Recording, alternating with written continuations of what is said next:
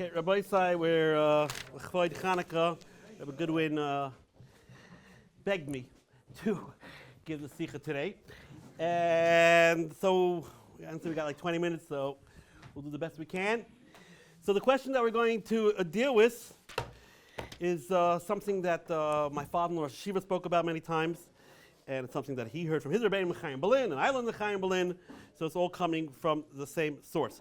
So if you notice there's a distinction, a difference between the Alanisim of Purim and the Alanisim of Chanukah. Only in the Alanisim of Chanukah does it end off with this proclamation that we have to be L'Haydais, L'Halal.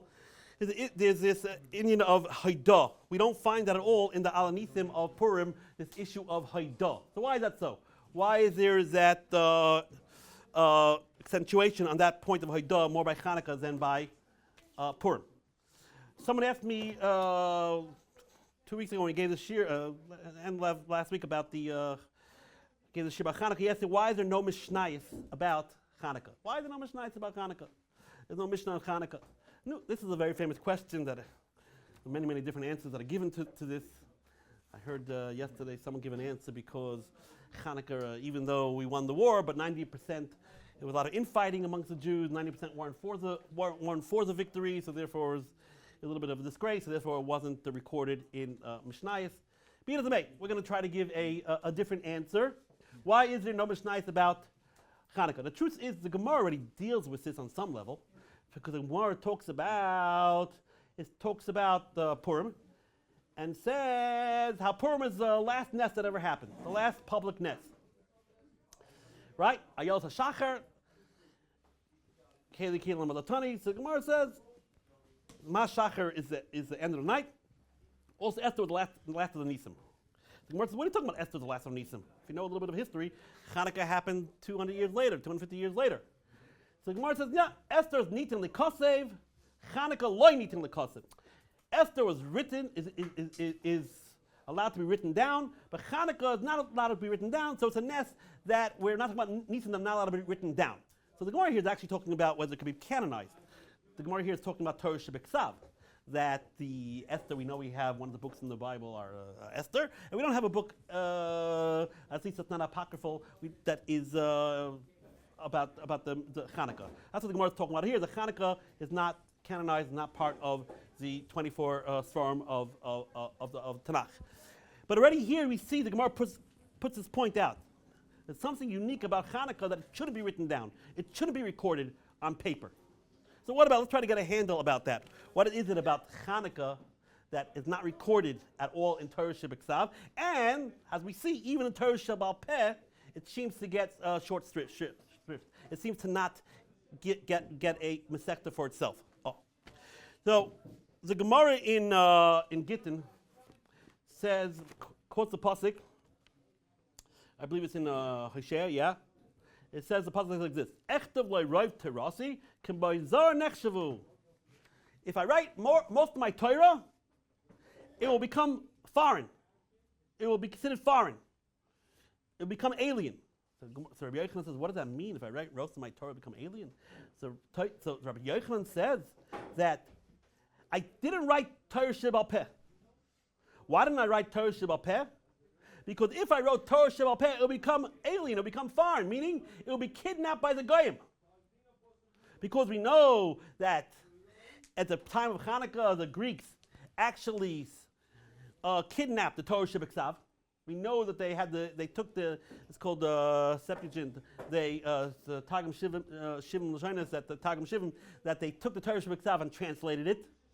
Like my father always liked to say, it was translated and cataloged in the Greeks university. So why were they able to do that? Because it was written, it was right in front of them. The Torah Shebeksav was right in front of them. So they were able to get it translated. And they also could say that they have the Torah Shebeksav. But the Torah Shebal Peh, they never got. Why did they never get it? Because it wasn't written down. They didn't have access to it. That's exactly what the pasuk is saying in the Navi. Echtav lo'roiv terasi. You think I'm going to write all of my Torah? I'm going to write even Torah Shebal Peh? No, I'm not writing the Torah Shebal Peh. Because then it's going to become alien. It's going to be kidnapped, and it's going to become appropriated by foreigners. That's the way Tais learns over here, right? Shetiku Zarm. Look, the Torah said that I did right. Look what happened. Look at the tragedy that happened.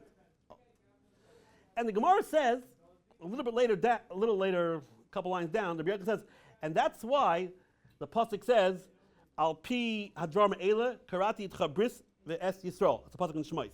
Ki al pi hadvar me'ela. And the Gemara says a drasha that because of Torah Shebal Peh, al pi dvar shebe'ela, I was able to make a bris. What does that mean? What does that mean? What does a bris mean? The pasuk is saying here that the main bris, the main covenant that we have with the Rebbeinu Shalom is based on Torah Shebal Peh. Why? Because what does bris mean? Usually when you have a bris, a covenant, that means there are people part of the agreement and some people are out of the agreement, right? You got NATO. Russia's not part of NATO, right? The reason why you have NATO is to not include Russia. If everyone's on friendly terms, there ain't no one fighting. You don't need a bris, right? You don't need it. The definition of bris means of a covenant means a treaty means you're excluding someone else, right? That's what it means. These people are in the covenant and the other ones are out of it, right? So that's exactly what that's really what the Gemara says here. The Medrash is saying over here, the Torah Shebal Peh is the vehicle, gives the allowance that we have a covenant with Rebbeinu Shalom. Why is the Torah Shebal Peh what allows us to have covenant with Rebbeinu Shalom? Because Torah Shebal Ksav, at the end of the day, the Goyim have it too, right? The Christians got the Old Testament too. They all have it also. So there's nothing unique about the Torah Shebal Ksav. There's nothing. So what is it that manifests, that shows that we are different, that we are part of a bris with the Rebbeinu Shalom, that other people are not part of it? The Torah Shebal Peh. Because Torah Shebal Peh is the only thing that we have, and they don't have it. So that's what makes us special, unique, singular. That's what makes it that we have this covenant with the Rebbeinu Shalom.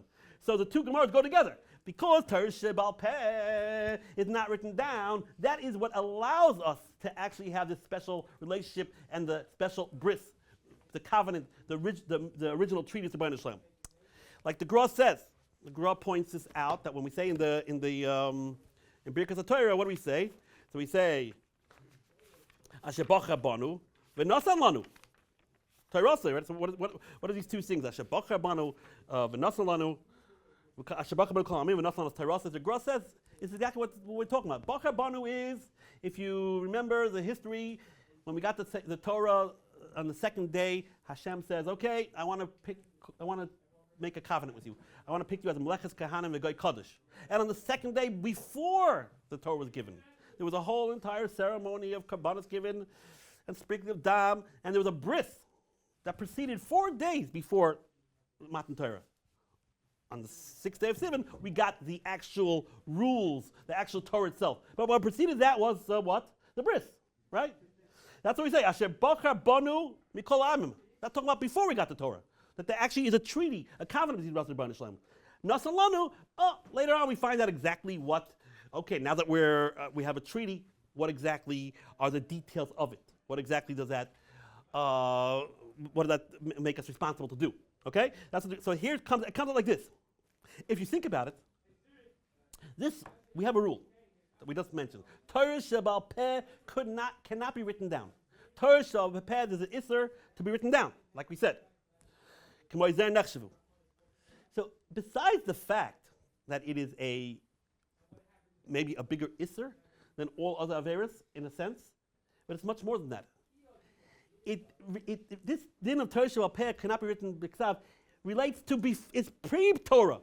It's so important it actually precedes the Torah. It's an isser that has to deal with the bris. It has to deal with what the whole entire Torah is predicated on. Because the whole Torah is predicated on that we have a covenant. That happened on Beis Sivan. That's where it all starts. The Torah is finally given a couple days later. This din, that Torah Shebal Peh cannot be written down, it's not just about a particular mitzvah or a particular din. It has to relate with our covenant with Rebbeinu Shalom. This what creates and assures that we have this treaty and unique connection with Rebbeinu Shalom. So it's a much more deeper isser. With this we can understand, even after we do have Mishnayos, we know that Torah Shebal Peh at the end of the day was written down in some ways. When the Gemara talks about the reason was we had no choice, we had to write it down because we started forgetting and because of the diaspora. But if you notice, if you ever learn Mishnayos, it's not written very well, right? The Gemara says there's no Seder to Mishnayos, there's no order to Mishnayos. The Gemara says Chasurim Extra, sometimes there are pieces that are missing in the Mishnayos, right?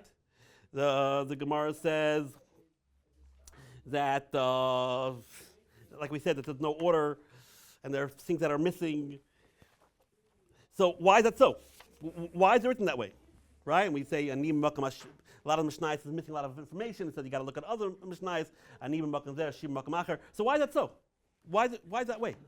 Oh, because the answer is based on what we're saying. Even though for excellencies we had no choice, we had to write it down, but we still wanted it to remain a Torah Sheba'al Peh. We still wanted to remain that the only way any person will be able to understand is if he has a Rebbe and someone relates it over to him. He still needs that Baal Peh aspect. But I don't understand. If we say that there's no Isser anymore, there's no Isser anymore. You're allowed to write it down. So just write it down normally. It says, because we say, that's it. There's no Isser anymore. So what is this issue of, well, we want to retain some of the Baal Peh. If there's no Isser, no Isser. But the answer is very simple. There is no Isser. You could write it all down in principle. The Isser doesn't apply anymore nowadays because things will be forgotten and because of the diaspora.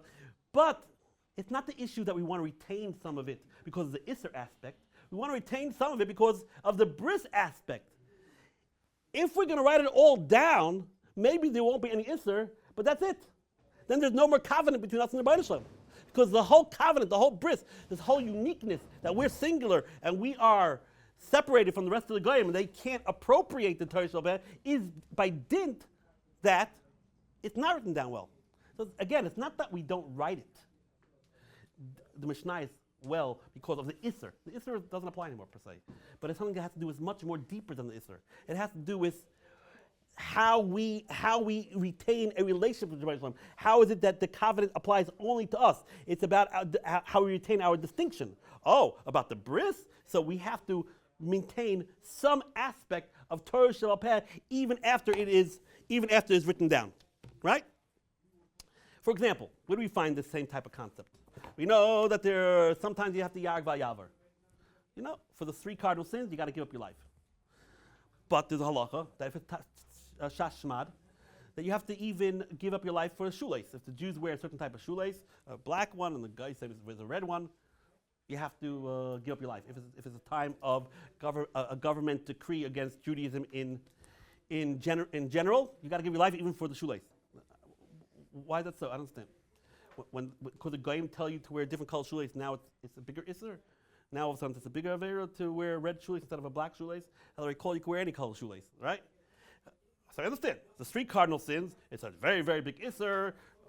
Nothing to do with what the Goyim told you to be over, not over. It's just in itself, inherent, it's a very big Isser. You got to give your life for that. The shoelace, you don't got to give your life. But if the Goyim, if it's a time of Shmad, if it's a time of organized governmental basically trying to destroy Judaism, well, then you got to give up your life even for a shoelace. What's going on? The answer is very simple. It's exactly what we're talking about. It's nothing to do with the shoelace. It's nothing to do with the Isser. It's nothing to do with how big the Isser is. It has to do with what the government is trying to do at that point. Shashmad is trying to say that you have no covenant with the Rebbeinu Shalom. It's not about the Isser. It's about the covenant. It's about, do you have a connection to the Rebbeinu Shalom? It's about, are you distinctive? Is there a distinction? That you have to give up your life for. Not because of the Isser. It's because of what it represents. What it represents is, with the Shashma, when they're telling you not to just like a Jew, they're telling you there is no Judaism in the sense that there is, either there's no God or there's no special relationship that you have with God. So therefore, that you do have to give up your life, but not because of the Isser. The same thing over here. Yes, you're allowed to write the Mishnayos down, but we still have to retain some of, and there's no Isser anymore, per se, to write down Torah Sheba'al Peh. But we still have to retain something, a vestige of this law that you can't write down Torah Sheba'al Peh, because it's about who we are. It's about if we're Israeli or not. It's about our distinction that we have a treaty and a covenant, and we're different and unique from the Goyim. Oh, so now we have a little bit of a handle why it is so important that the Hanukkah story is not written down. Not only written down like we said, in the Tanakh, it's not written down in Mishnayos either. What did the Yevanim want? Yevanim, if you look at the Medrash says the Yevanim was the first time of Shashmad. Whatever the you're going to go to every speech to say you want them this, you want them that, they wanted this, they wanted that. But bottom line is, what they wanted to say was, they wanted to say that there's nothing distinctive about you Jews, and there's no special relationship that you have with the Rebbeinu Shalom. You can have your culture, whatever you like. We have our culture, you have your culture, that's fine. But there's nothing intrinsically special about you, and you don't have any right to God. There is no God, or is a God, but he likes everyone equally, and there's no favoritism. There's nothing singular, nothing unique. That's what they wanted. That's what they wanted. They didn't say you can't do all the mitzvahs. They said certain mitzvahs, those mitzvahs that make them the most distinctive, make them seem the most salient. Because they had nothing against the culture. You want to have a culture, you have a culture, we have a culture.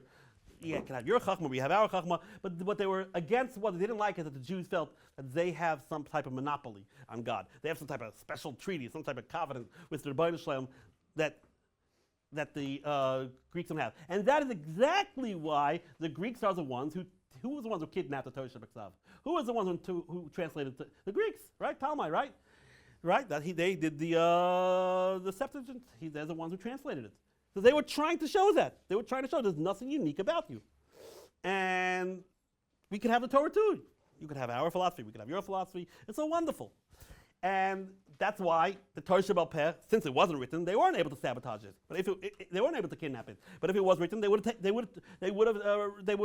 recorded that too, to say it's open field, everyone's the same, everyone's equal. Oh, so it comes out like this.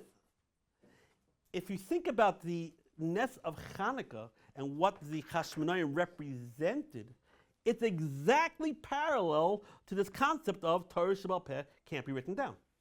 It's exactly the same thing. The ness is parallel to this law, Torah Sheba'al Peh can't be written down. What was the ness about? Well, there is a distinction. Klal Yisrael is different. We do have a treaty with the Rebbeinu Shalom. We are unique. We are singular. The Yevonim are not in that treaty. And what is Torah Sheba'al Peh can't be written down? It's exactly that. Why can't Torah Sheba'al Peh be written down? What do we just see in the Gemara? It can't be written down in order that we should retain our distinction. So they actually are parallel. So therefore, of course, Hanukkah can't be written down. The whole point of Hanukkah is to bring out our distinction. And the way you bring that out, that our singular connection to the Rebbeinu Shalom, is through Torah Sheba'al Peh. So of course, Hanukkah is not going to be written down in the Tanakh. For sure not. It will be antithetical to what the whole entire idea of Hanukkah was. And the Rabbanan understood all this, and since they understood all this, they took it to a further next level. Even Mishnayos, they said, don't have. Even the Mishnayos, even after there was a heta to write down Mishnayos and to write it down to inscribe it in some type of written form. But for Hanukkah, they kept it at its purest form. What's the purest form? No Mishnayos, because since Hanukkah represented the quintessential, to bring out the quintessential concept that we are disconnected from the rest of the world, and we have a treaty with the Rebbeinu Shalom. So on Hanukkah, we keep the purest form of Torah Sheba'al Peh can't be written in Shebeksav, and we do not have a Mishnayos for it. That's the reason. Oh, so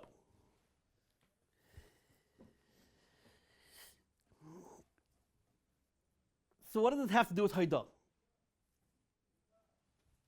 So we know that in Hebrew, the word Haidah could actually mean two different things, right?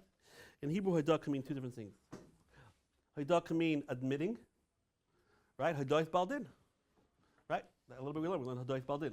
It could mean admit. Haidah also can mean thanks, right? Todah, same word, right? So is that just by happenstance? It's worked out that the word admit and the word thanks happen to come from the same, in Hebrew, it comes from the same shorish, the same root. It's actually the same word. The answer is no, of course not. In Hebrew, it makes a lot of sense, because people don't really like to rely on other people, right? Right? Everyone wants to, I'm my own man, I do it on my own, I don't need help from anyone else. I'm self-sufficient, self-reliant, right? But once in a while, you have to admit that you need someone's help, right? Once in a while, you do need. And certainly people, in a sense, we have a natural instinct not to want to believe in the Rebbeinu Shalom or not to want to connect with him, because basically that's saying that we're admitting that we need him all the time. So it's hard. It's hard for people to, that's one of the blocks of why someone would not want to believe that there's a God, because that means he created me. That means he did everything for me. That means I need him, right? So in order to admit, in order to thank, you first have to admit. What does thank you mean? You're basically admitting I needed something from you.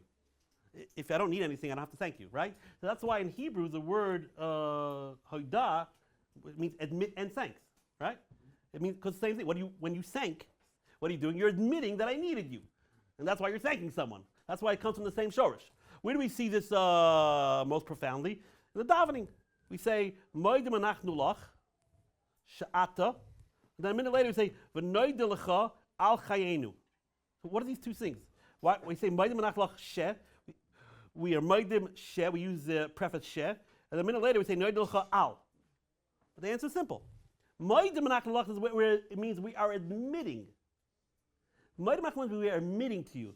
When you say you're admitting to someone, I admit to you, like Reuben says, I admit to you that I owe you $1,000, right?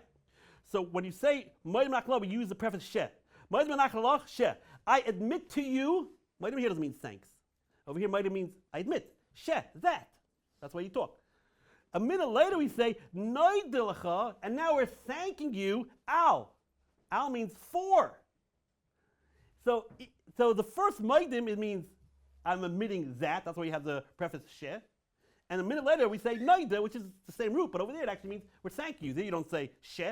We say al. I'm thanking for. So here, just in davening, every single day, you should see that it's the same words, but actually means two different things, but also means the same thing. Okay? So where do we see this opening the Torah? We see it opening the Torah that Yehuda's name was called Yehuda. Why was it called Yehuda?